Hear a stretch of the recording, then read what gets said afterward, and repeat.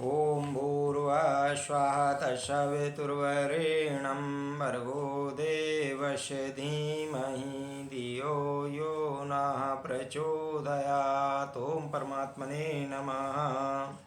ज्ञानं ज्ञेयं तथा ज्ञाता त्रियेतं नास्ति वास्तवम्। अज्ञानाद् भाति यत्रेदं सोऽहमस्मि निरञ्जना। ज्ञानम ज्ञान ज्ञेयम जिसे जाना जाता है, तथा और ज्ञाता जो जानता है, तृतीयम ये तीनों ही नास्ति नहीं है, वास्तवम वास्तविक। अज्ञानात अज्ञान के कारण, भांति भासमान होता है, यत्र माने जहाँ, इदम माने यहाँ, सह माने वह, अहम माने मैं, अस्मि माने हूँ, निरंजना सभी प्रकार के दोषों से परे। ज्ञान ज्ञेय एवं ज्ञाता ये तीनों यथार्थ नहीं है, अर्थात जिससे जाना जाता है, जिसे जानना है और जो जानने वाला है, ये तीनों वास्तविक नहीं है। ये त्रिपुटी अज्ञान के कारण ही भासमान होते हैं, अर्थात ये तीनों अज्ञानतावशी प्रतीत हो रहे हैं। वह निरंजन रूप सारे दोषों से परे मैं हूँ, वही मेरा यथार्थ रूप है।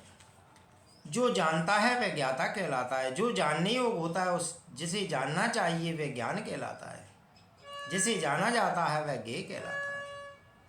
किसी भी वस्तु के ज्ञान हेतु इन तीनों की आवश्यकता होती है, नहीं तो ज्ञान हो पाना असंभव है। ऐसे ही कर्ता करने वाला, कर्म कार्य क्रिया, भोक्ता भोगने वाला, भोग भोगने की योग तथा भोग इत्यादि की त्रिपुटी है। इन तीनों में यदि कोई एक रहता है तो उसके अन्य दो का भी होना जरूरी होता है।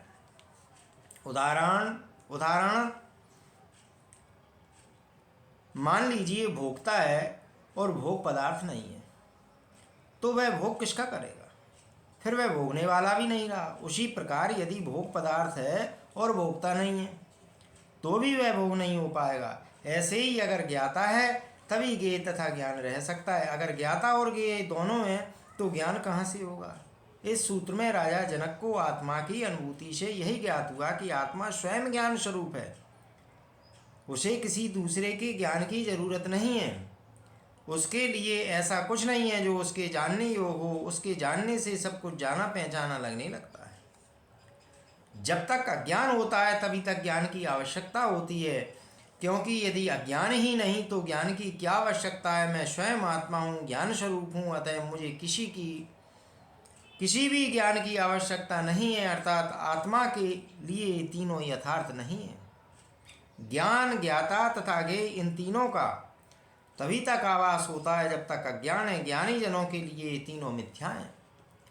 जिन मनुष्यों के पास ज्ञान नहीं होता, अर्थात जो अज्ञानी होते हैं, उन्हें ही ज्ञान की आवश्यकता होती है। यदि उसे ज्ञान चाहिए तो जिसका ज्ञान करना है उस वस्तु का भी आवश्यक होता है। फिर ज्ञान पाने के लिए क्रिया भी करना पड़ेगी। आत्मा तो स्वयं ज्ञान है, इसलिए वे संसार के सभी ज्ञानों का ज्ञान है। तब वह स्वयं किसका ज्ञान करे? यही कारण है कि आत्मा के लिए इन तीनों का कोई महत्व नहीं होता है। इन तीनों का आभास अज्ञानतावशी होता है, अन्यथा नहीं।